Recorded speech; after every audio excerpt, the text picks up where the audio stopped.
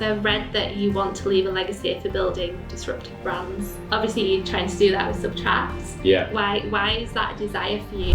You know, we can talk about Scalp all day long. Are you ready? Hair is such a big part of our identity, so it can be quite an embarrassing subject. No one really knows until they're actually in it, like what they're set out for. My reaction was like, whoa, we've just had a load of stress. Oh my goodness, like where to even begin?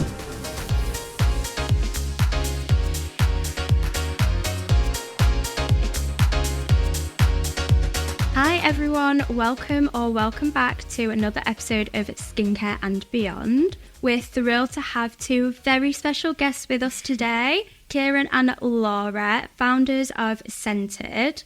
Scented was launched in 2020 and they've created a brand focused on holistic and sustainable hair wellness, redefining how we care for our hair from the inside out. Welcome, Laura and Kieran. Thank you so much. That was such a nice introduction. It was. Thanks for having us. Do try. How are you both feeling today? Yeah, feeling really good. Good, excited. Yeah, very good. Yeah, really excited. We're really excited to be here. Thank you for having us. So, start off, you guys have run and managed a business together as couple, husband and wife. How does managing a business feel like? It's been a journey. It's been really fun. I'm loving it. I think we've definitely found our groove. Yeah, we've had to find our way and learn how to communicate like clearly. But I think it's just we're always learning. Like, and I think that ultimately it's become like a real pleasure that we get to spend so much time together and building this brand and our future together. So we feel very lucky. I feel very lucky that we're actually like, you know, enjoy spending time together. And this is a way to spend. That would be difficult, wouldn't it? Yeah, can you imagine? No, it's really good. I think it's been interesting because we both have different skills. Obviously, like we come from slightly different backgrounds, but they've both been sort of intertwined. Have been together for a long time. But we both bring something like unique to the table, and it's been about learning to celebrate that. And there's definitely been times where I've been learning, like Laura's definitely more entrepreneurial and I'm a hairdresser by my background, so it's just been it's just always a learning curve. I think it's always like, you know, it's a roller coaster always, but you get to celebrate those highs and obviously get to go through the lows together. And then we've grown, I'd say, a lot more, and it's like been another layer to our relationship. But it's good fun. I love it. Do you have to sort of separate your home life and your work life, or do they kind of mishmash together? I think we should. That's probably like our next challenge, to get some like boundaries. Yeah. But it's just nice that we get to talk about it, and then sometimes we'll be like, okay, let's not talk about it. I think if you're like sort of creatively minded, like you can never sort of pick when the moments of things are going to come to you that it's good. So it's like, maybe it's a good idea to write it down or whatever, because ordinarily we'd be like any time of day just talking about ideas and stuff like that. But, I think that's just a thing with, especially like you said, creative minds and someone who's like yourself, an entrepreneur. It's one of them things where like your brain's constantly ticking. 100%. Like, I find the same. Like could be 9 o'clock and I'm laid in bed. I'm like, oh my gosh, I've got an idea. Yeah. Like, write it down in my notes so I don't forget about it tomorrow. Exactly. So it can be so difficult, but I guess that kind of initiates that drive. And I think like we've got better over it as well, like, over the years. Just been like, you know, it's one of those things like having your phone on you like all the time and like having a bit of discipline and actually like putting that away and just I think we have you have to set the intention, but also it's like it's actually, you know, it's actually beneficial to us, and we've not put too much pressure on ourselves. Like in the past we've like sort of, you know, made, you know, been aware that it's been, you know, we're spending too much time at work. But that's true. Like before, when we were doing separate things, like if there was like an emergency or something, obviously you feel like you're letting someone down, but actually when we're together it's like, okay, we can both like figure this out together and make the solution happen. And you understand, you have like a newfound understanding because you're doing it together, you're both going through the same things. Absolutely. And it kind of like blurs that line in between as well, which is great. Yeah. Glad you're enjoying it. Yeah, no, it's a good job, isn't it? Spend enough time doing it, so. Yeah. Oh, amazing. So Going into your story, centred. So, Kieran, you mentioned that you're a hairdresser. You've been a hairstylist for nearly 20 years? Just over, yeah. Just over 20 years. Yeah. Amazing. So you've done a lot of travelling. How did that sort of look like? Did you always want to work in the hair industry? I didn't plan to work in the hair industry, but my parents are both hairdressers, so I kind of fell into it at 16. Like, I kind of didn't really know where I was going to go after school, and I didn't get the best grades. I wasn't super academic in school. I was more creative, and so I had a little bit of an insight into the hair industry with both my parents being hairdressers. My mum is still a hairdresser, and my dad actually he was a trained hairdresser, but then he worked to work for brands like Weller and Fudge. So I kind of got an insight into that kind of world, like product world as well. But yeah, it was just kind of like after school, I was looking at what I could do with myself, because I was told I wasn't like going back to sixth form, which was a bit of a shock at first. I was like, I thought I was going to go to university, but it turned out to be actually the best thing that happened to me. And I got into hairdressing, as most people do, like as an apprenticeship. And so I was working in a really good salon in Chester, which is our hometown, and it started to do my training, and I quickly just developed a passion for it and realised it was, an amazing career.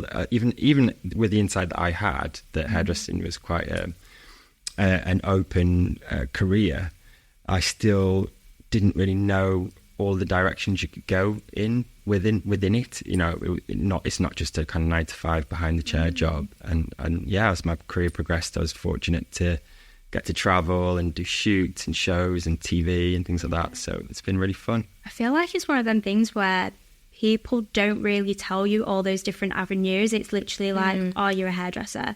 And it's like, there's so many more levels to that. And I feel like that's amazing that you managed to experience that. And I think no one really knows until they're actually in it, like what they're set out for. Yeah, it's like, I suppose sure, it's like any industry, that it's always, there's opportunities there. It's also how much you want to sort of go and progress. Just because at first I wasn't actually that good at hairdressing, and a lot of guys that go into it aren't, because we're not necessarily naturally playing with our own hair as much as sort of girls and women are going into hairdressing.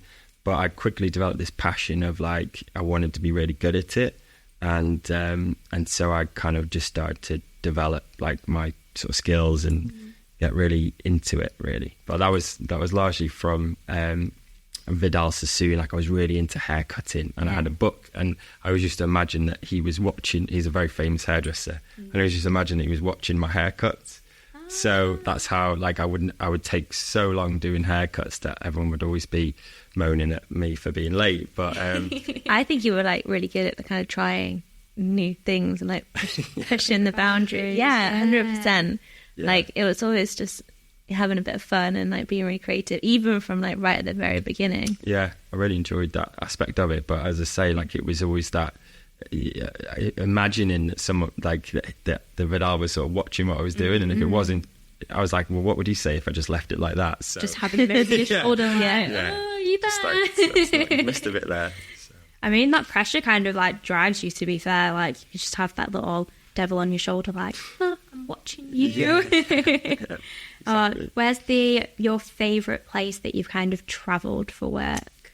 Oh, great question. I've been lucky to travel to quite a few amazing places. So I went to New York twice with work, and I'd say that's probably my favourite place to have gone to work, because I'd been as a tourist, but then going and working there was a completely different experience. It's just so, just a magical place. And especially the first job that I did in New York, which is massive, like stage show for Weller, which is a huge, hairdressing company. And it was like my first real experience of like being on a massive stage in a huge city. So yeah, definitely New York. Oh, amazing. I've always wanted to go to New York. That is like bucket list. Have you been, Laura? I've still not been to Kieran's been twice, and I've not been looking back. Yeah, we're a trip. And Laura's always saying, oh, this place is more on my list. I'd rather go than the US, but it's definitely one of the bucket list places you've got to go. Oh yeah, I'm very much like, I can't wait to go. I feel like it's gonna be happening very soon. Like, Imagine like Christmas or something. Yes. Christmas. Christmas. Magical. In Central Park. Even better if it snows. Like it's just moving. Well, I've been in the winter and I've been in the summer, and it's like complete polar opposites. Like the winter is so cold that you are.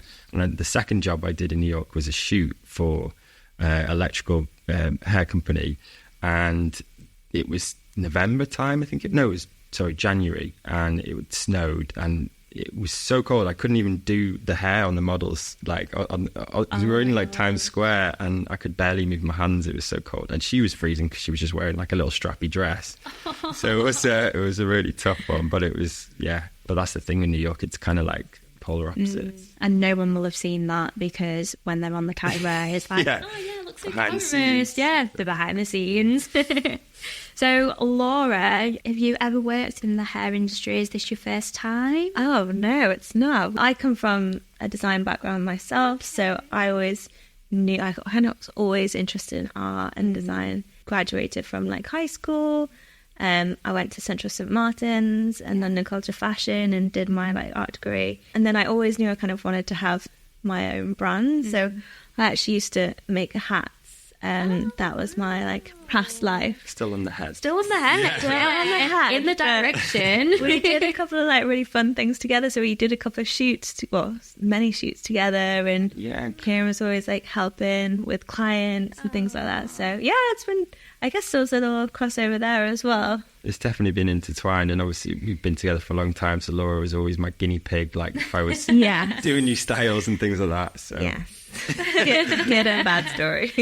I mean, the lesson Anna occurs, you always got to be sat in the chair. Exactly. But like, I mean, you can always do your hair now. It's like, what a gift. It's true. I'm very lucky. Love it.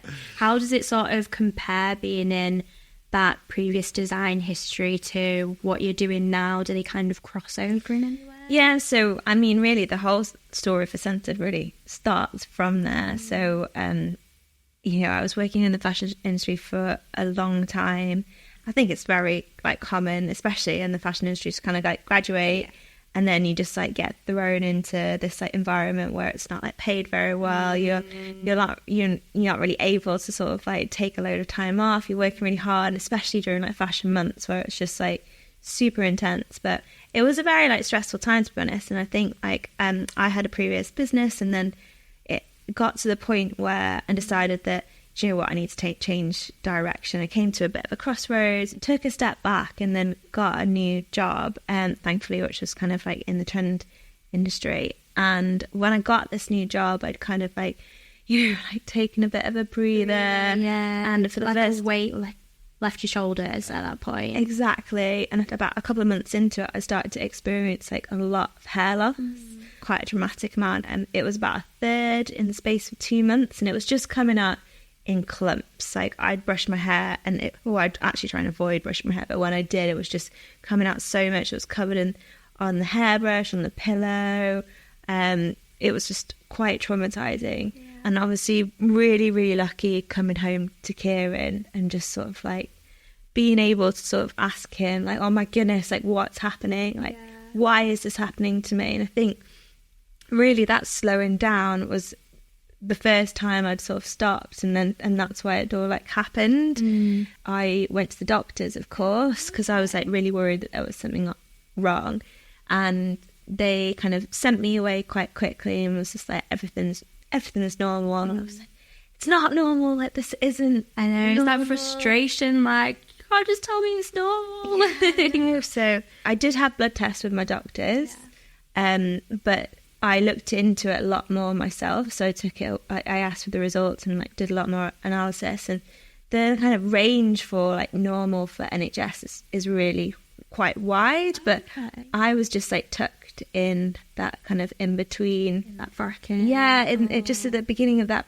like low level of the bracket, and they just told me, it was like all this stress from like the years and like low level stress, but then like closing the business was really high, and that combined with like actually being a bit deficient in like some vitamins and minerals, and it was those two things that was like the reason for the hair loss, really. And that's really kind of the starting point for our journey to where we are today. So we kind of set off on this big journey to recover my hair, and we started taking a supplement. So I started taking a kind of well-known supplement, and I was just kind of taking it. And I like to really pay attention to like what I put on and in my bodies, as I'm sure many of your listeners like do as well. Like pay attention to the ingredients. And I was just like looked at the back of these ingredients of like the supplement I trusted, and it was full of just like preservatives and colorants and bulking agents, and I was just a bit like shocked, to be honest. Stopped taking them immediately, and ended up taking like a really long list of individual vitamins that I'd bought from like the health food shop. Yeah. And it was really that really started to help like recover my hair. And I think like we just started trying like so many different products, didn't we? I was bringing back things from the salon, using mine. You know, we're testing things out, and I started to like literally keep this like diary of like what I was trying to like to recover my hair. And I was trying things like all the way from like really random things from Amazon that I'd like found, all the way to like really like expensive products, you know. And again, like I was looking for, as a customer, I was looking for like natural like high performing products, and I was trying a lot of like products that weren't really foaming properly, and weren't really feeling like they were cleansing at all, or they'd be like really heavy and like greasy on my hair. And there wasn't really any products that were natural but like performed as well as kind of more cosmetic, and more cosmetic brands. So it was really like from that frustration and finding that there wasn't really a solution to what the experience I was going through, was really where we sort of led us to realising there was something there, you know? Something's missing here. Something's missing, exactly. I think that's the amazing thing, like you've experienced that as a consumer, so you've kind of gone through your own journey and you know what you would want. So of course, like there's other people out there that are obviously going to be wanting the same sort of thing, and it's the trying all these different things and not seeing anything work is one of the things where it's like, something is missing. And actually, like I couldn't believe, like when I did start talking about it, because I wouldn't shut up after I did start talking about it, but it was kind of like quite a hidden thing, like hair loss in general. Like a lot of people still like suffer in silence and keep it to themselves. It can be quite an embarrassing subject, you know. Hair is such a big part of our identity, so it feels very like desperation almost, because you know, especially I remember being in a lift once and just like, you know, the spotlights in the lifts can be really harsh, and then of course got those mirrors. They literally make you look like a different person. And there's so many mirrors looking at you. I'm like, oh my gosh, I can see myself from every single angle. I remember seeing that, and it was just being like really thin on the top, and just feeling like, you know, so helpless, so you couldn't like do anything. So and when I did start speaking about it, especially with like my friendship groups, which were all like kind of, you know, women similar ages, like going through, you know, had been possibly going through the same thing that I'd been, or at least knew somebody that had, and especially like again from the fashion industry, or you know, I was late 20s, kind of like been pushing my career for like for the majority of my 20s, and then really sort of like hit this kind of point in my life where I was like, actually I really need to start paying attention and like looking after myself a lot more.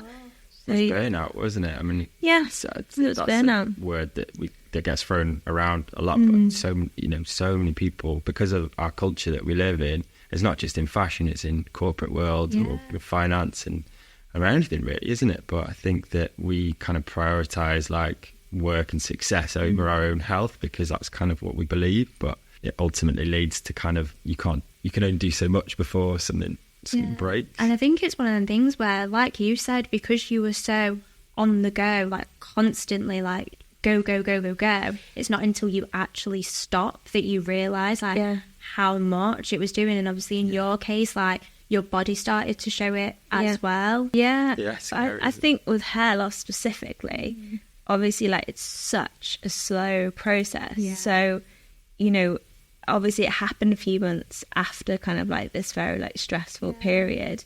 But when that does start happening, you go into even more of like a stress or a panic because you're like, what is going on? You might not necessarily even know that that's the case, that something has happened like 3 months before. It could be like, what am I doing wrong? And then you kind of enter this like vicious cycle where you're actually not doing yourself any good, like worrying about it more. You know what I mean? It's like adding to it. So, yeah. And back to like kind of how you were feeling in the time, obviously you mentioned about like the whole topic being a little bit embarrassing, like people suffering in silence. How did you kind of feel? Is that kind of like feelings that resonated with you as well? Yeah, like I remember actually going to like an exercise, like a fitness class, and I started to like tie my hair up quite a bit because in my mind I was like, if I tie my hair up, then there's going to be like less, it's going to be moving around less. Yeah. And I remember I took my bubble out and just like so much hair just like fell out. Yeah. And I just remember that being like, you know, pit in your stomach, kind of like, what am I, like, what, when is it going to stop? And you just never knew when it was going to stop. And it was only really when I started taking the supplements that it then started to really like slow down. I think that's really the outcome for what everything that happened, is that I guess we really discovered that there was like a protocol, like a way to recover my hair, and it was taking this kind of inside and outside approach. Yeah. So obviously, like inside, I mean, let me think about when I was kind of in my job, I wasn't eating very well, or when I was eating really fast or really late, and it was just like, you know, not putting my nutrition first. And when I was eating, it was normally like beige or like, you know, a sandwich on the go, or nothing very something like nutritious. Yeah, it wasn't like a home cooked lovely dinner. It was like something fast, quick and easy, and probably cheap as well. Yeah. So it was like really looking at my diet and, you know, making changes there, but also adding a supplement to making sure that, you know, you get all the vitamins and minerals you need, because like looking at our kind of modern day diets, and also the way that we produce our food right at the beginning, like there's so much to go into detail with like unpacking that. So I think like taking this like inside approach is always going to be the most beneficial, and that's definitely my experience of like what was the most beneficial thing for me. Yeah. And then of course it's like this outside, like it's the care, it's the like the recovery, like the products that you are using, and that was a whole other journey as well, wasn't it? Really, like I think really from the outcome, like, so we tried all these different products, realized that there was kind of like some issues with them, but actually what ended up working was like super kind of, it feels like obvious now, but it was like head massage. And there's, you know, we can talk about scalp all day long. Are you ready? I am ready. We can go into this in a lot of detail, but we hold so much like tension in our scalps, and I think again like paying attention to my scalp, and again not just kind of like rushing and using like really like crappy products, but actually really like starting to take some time and nourishing and looking after the scalp. That was really what helped recover my hair, I'd say. And yeah, we'd actually ended up making this like little oil. It was more just, you know, it's not necessarily a product that we'd use now, but it was like DIY, like chucking everything in, little potion. Yeah, but actually it was that, and taking that time, I guess, for my well-being, which was what recovered my hair. That was interesting though, that was one of the starting points for like obviously developing the product, but before we'd even thought about getting to that point, this is way before the idea of a brand existed, but we were obviously using this oil on Laura's hair and massage, because I was saying how beneficial that is. You just need to get blood flow to the scalp, and we were using oils, and scalp oiling has become much more popular now, and hair oiling in general, and it's got loads of benefits, but we did run into a problem of it just being quite heavy. It's not that wearable, sadly. That so was there's like only downside oils to it. So it was quite interesting that we had this kind of little ritual that we were doing, and it was self-care and it was like relaxing at the same time, but it was sort of like you were having to wash it out a lot with shampoo. So it was quite interesting when it came to us then starting to develop products. We're like, right, that's a good basis for what we want to create. Yeah, definitely. If you're supplementing, you're obviously like growing better hair from the very root. So the idea being that it's like a stronger right from the root. So by the time it gets all the way down to the bottom, actually it's able to grow like stronger and last longer, basically. Sort of like everyone has their kind of like maximum like hair growth length, because your hair grows at a fixed rate of say like an inch every 6 weeks, for example, roughly. And then it has a cycle of how long it's actually actively growing for, which is around about 7 years, but it can be more like 3 or it can be longer.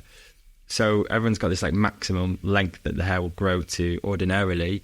But then if you're doing things like improving diet, if you're doing scalp massage, if you're doing scalp treatments, that's actually going to extend the growth cycle. So it might grow for longer and at a quicker rate. So that's why I find it fascinating, because it's like, oh, that's why you can get it past that certain point. But if you don't do those things, you don't get the benefit of it. So anyone that's wanting to grow their hair longer, like so many people, like the search term, like how to grow my hair longer, right? It's about young girls want to grow longer hair, and I've had so many clients over the years, like maybe it's their wedding or something, they want to grow their hair faster or longer. That's one of the key things. You've got to make sure, obviously, diet is really important, supplementing. But if you do a scalp treatment 2 or 3 times a week, and if you do scalp massage, even every day, like 3 to 5 minutes of scalp massage, really simple, just where you put a bit of pressure on the scalp and get blood flow going, it can speed up the growth rate. So the blood is coming to the like top layer of the scalp, like the top surface of the scalp, and then that can help like with the hair follicles and with hair growth. But I feel like that we've just talked about hair growth there, but what about also like the more like instant results? So for example, like with our oil, we've had so many good reviews from people that have maybe experiencing like skin issues or like an itchy scalp or like psoriasis and eczema and dandruff flakiness, and the oil being like incredibly beneficial for that. So really, I guess like the growth is that like inside aspect, but then the outside being like scalp care.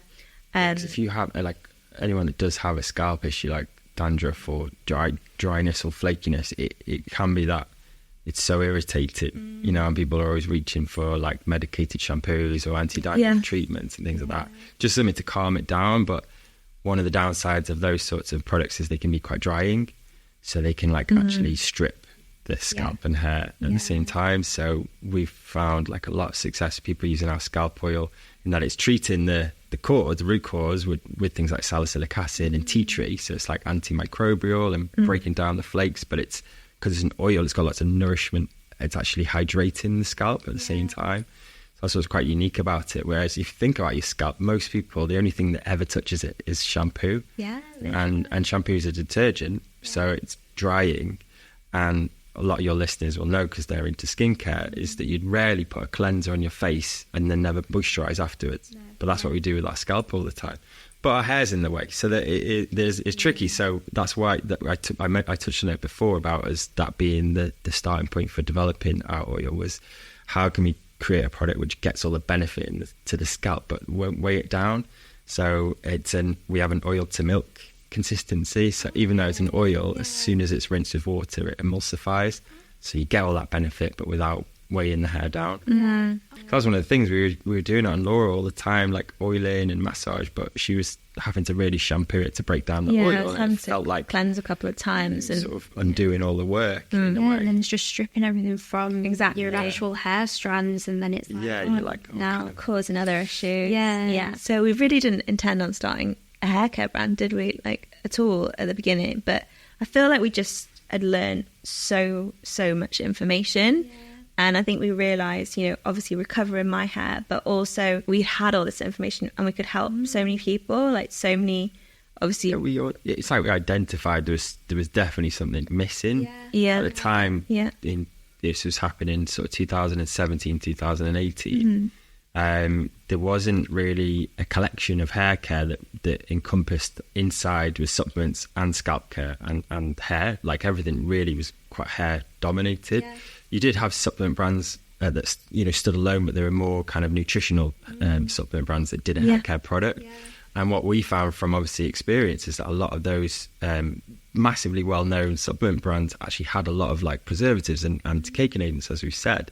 So it was like, right, there's nothing that's kind of more natural, that's more holistic, but there's also high performing, and that just housed it all together. That was like a one easy collection. So that was a long process of coming to that idea, and it was Laura that had the idea for the brand and pitched it to me initially. It was like, and I, at first, to be honest, my reaction was like, well, you've just had a load of stress, like you had your own company, is that a great direction to go in? Like, sounds stressful.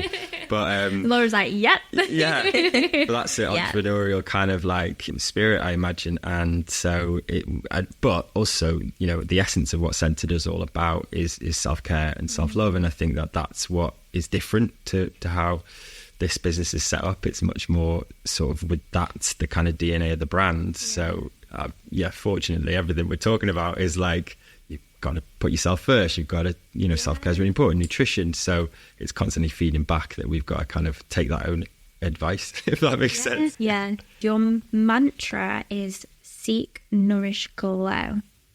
Seek, nourish, grow. Grow. That's my writing. I can't glow. I love it. I like glow. Yeah. Glow and grow. But yeah, we'll go with grow. What does that kind of mean to you guys, and does it sort of influence your approach to hair care with your brand and your products? Yeah, I love that question because I feel like we've not been asked it very much. Yeah. But it's really it stems back to like what happened to me. Like, that's the first thing I did when I knew something was wrong. I tried to seek a solution. I tried to like find out what was wrong, what was the root cause of the problem, like what could I do to like help. Nourish is like taking that time to kind of like replenish that wellness, and then grow obviously is just like the result, the outcome of it really, but not just I guess from like a actual hair growing, but also just like as a, I guess, kind of like a being, a person. So that's the deep meaning. No, I love that. I feel like when you see it, it's like it's so 3 simple little words. But like hearing you guys and like what that kind of means to you and what's behind the brand as it is. It's powerful. It is. It feels like it's like us, like through and through. That's it, and that's just very much like what we are like. We like to get into the deeper meanings and the workings of how things are, and it's really tied to like when you have a problem such as hair loss, the key thing is to understand what the trigger is. It's the hardest thing really, but it's something that we'll never stop doing. So even since we've launched, we've been kind of on the journey of trying to research and innovate and improve, try and get to help people really, because that's it can be a really lonely and difficult place to be in when you've got your hair's falling out, you've lost your confidence.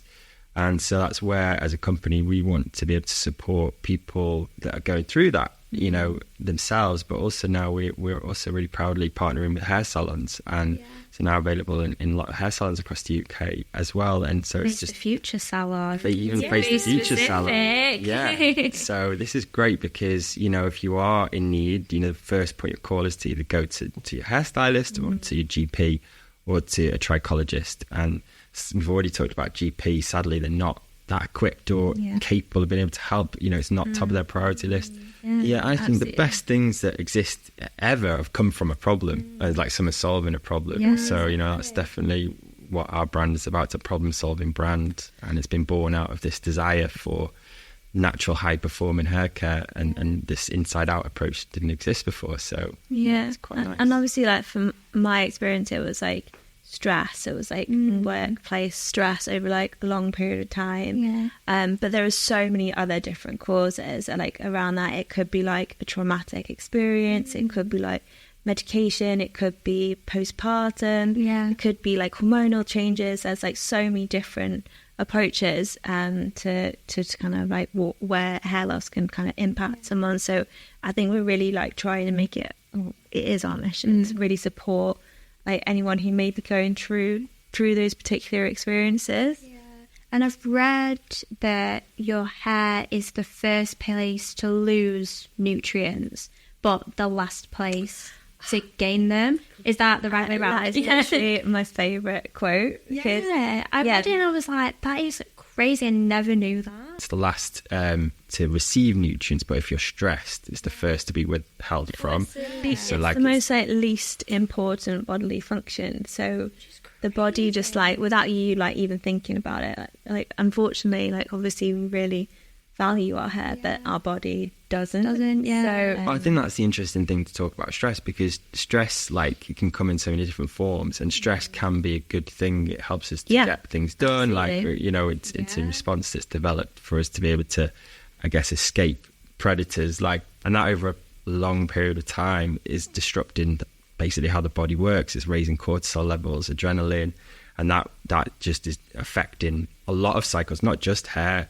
growth, but it's our skin, our nails, digestion. So often it's kind of like an interesting first precursor to something that's going on, and I think that it's really important that we have ways of kind of mitigating stress, because it's the biggest cause of disease. Like, you know, not to get too deep into it, but it's that's an interesting thing, that like we can, these first little precursors of something like hair loss is it can be a wake up call to like make some changes. Yeah, I've heard it so many times. I hear kind of women go through similar experiences to me. Like literally, I can't tell you how many. I can't even count how many. But it maybe someone, a professional young woman that has just again been put in her career for this, has been super stressed. It's obviously affecting her health. And then we're kind of like someone they've maybe kind of looked into or started to look into it, and we might come up and we're able to actually help someone going through that situation, and whether it's like providing them a bit of calm or serenity, or a bit of a, you know, wake up call or guidance, or however, reassurance that it's that's actually a really good word, reassurance. And shifting the mindset into like, you know, self-care being that like intention behind it, like, and I think that's the way that beauty is changed now. It's not just about aesthetics, it's about treating ourselves, isn't it? And like just taking 5 minutes or 10 minutes just to do a face mask or a scalp massage makes you feel good, and that actually makes you look good in general. I love the Face of Future, actually, like the on the back of the skincare and beyond, because I feel like there's that like deeper meaning as well, isn't it? It's just that like, you know, you're doing your skincare, you're like, even that psychological like impact of just like, okay, yes, there's obviously a visual element, but it's more so about how you feel about it. I love that, and I feel like that's really like, you know, deep in the DNA of our brand. Like it's really that's really what scented means. Like looks good, like feel good, like that's And I think it's the whole thing, like skincare, hair care, self-care, it all links to your well-being. And like you said, the whole self-care ritual of you sitting down and you putting the oil in Laura's hair and massaging your hair, like it is taking that time for yourself, but you're also doing hair care with it. So it's just the link, and the fact that like you said, scalp oiling has only just recently started becoming like a well-known topic, like spoken about topic. So I feel like hair care's gone beyond just what you're putting on your hair, like so much into it, like you said, scalp care, supplements. Obviously years ago it'd be the general hair, skin and nails multivitamin that you buy like in the supermarket, but no one really had that education about looking into what your hair actually needs, and that being something that's accessible to buy as well. So just linking it all back together and having a brand that obviously is actually looked at the products and given everything that you kind of wanted for yourself.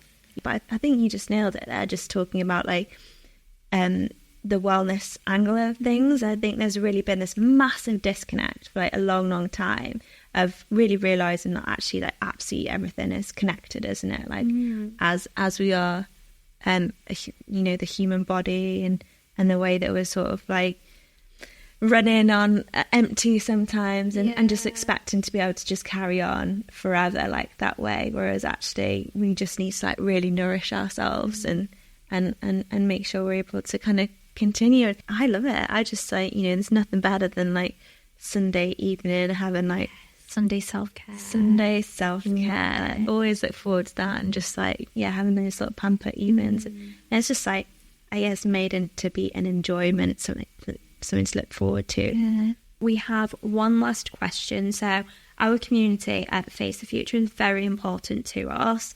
And as you will both find, we've centred.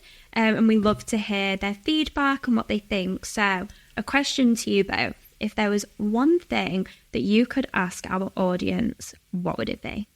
That's a really, really good question. But I feel like with skincare, it's definitely something we found when we've spoken to different people in our community and other people that, you may have like a kind of 10-step skincare routine, but actually completely forget that your scalp is part of your skin and just not pay attention to it, and maybe even are experiencing issues.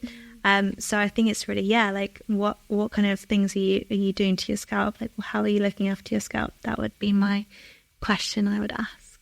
I love that. So we will throw that out to the audience. Yeah, it's been so amazing learning so much about you both, about your journey, Laura. Thank you. It's amazing. Thanks for all your amazing questions, India. Thank you both for joining us today, and thank you guys for tuning in, and we will see you next time for more skincare and beyond.